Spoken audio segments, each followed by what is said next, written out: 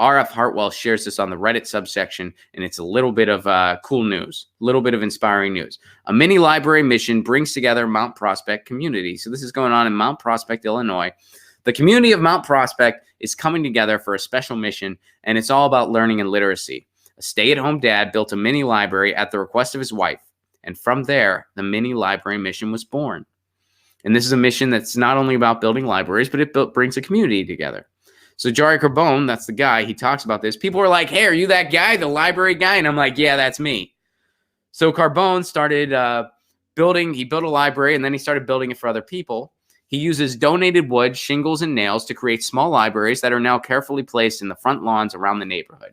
And what he says to the community, I'll build you one if I have enough materials. One lady donated a bunch of plywood. Another lady dropped off screws. Some lady had extra glue lying around, and it just kind of blew up from there. What started as a summer project for his family in June has now grown to 14 mini libraries in place with another 79 requests to go. Each library is unique to its owner, with some even decked out in technology like solar and motion lights. How cool is that? But the designs are intricate. But the concept is simple. Give a book, take a book. How cool is that?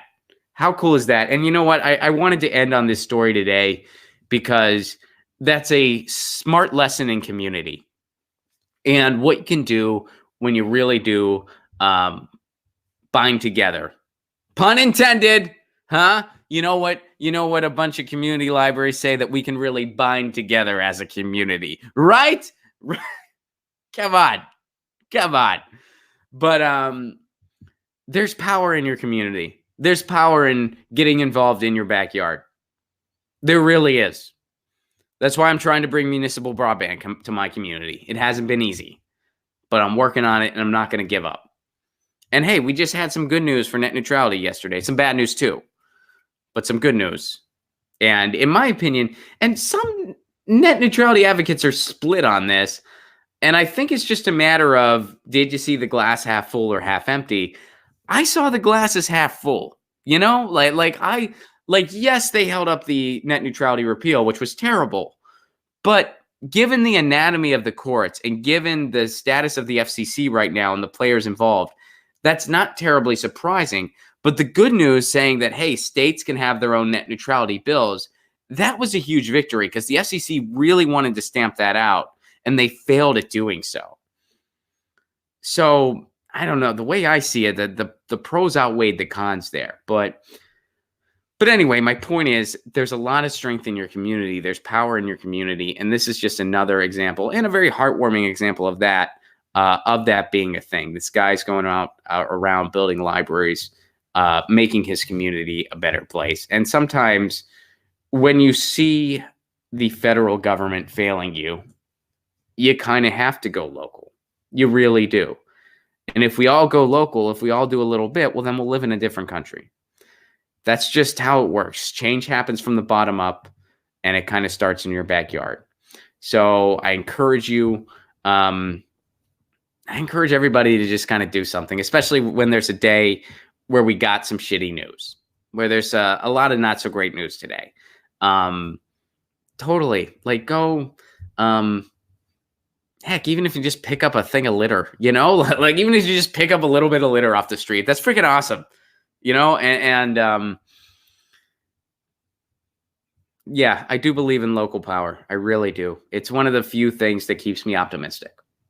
Because, you know, sometimes when you see what's going on in our politics and how disgusting the structure is, it's hard not to get cynical.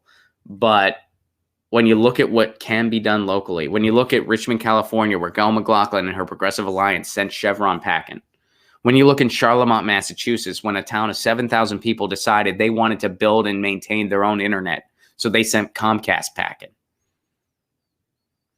When you look at people like Mel Telkarebne here in Los Angeles, who is doing so much to address the homeless epidemic, he's doing more than the city itself is doing. Los Angeles, one of the biggest cities in the country, that is in the state that is the 5th largest GDP in the world. And one activist is doing more for homelessness than the entire city's doing.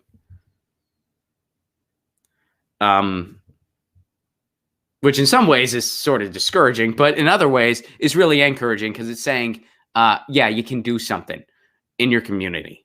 And there is power in acting locally and kind of taking it in your own hands. Get your news on with Ron. Don't you want to know what's going on? We're getting our news on today. Get your news on with Ron. Don't you want to know what's going on? We're getting our news on today. Yeah, yeah, yeah. You can tweet me an article at Ron Placone. We'll go through it together and make it our own. Get your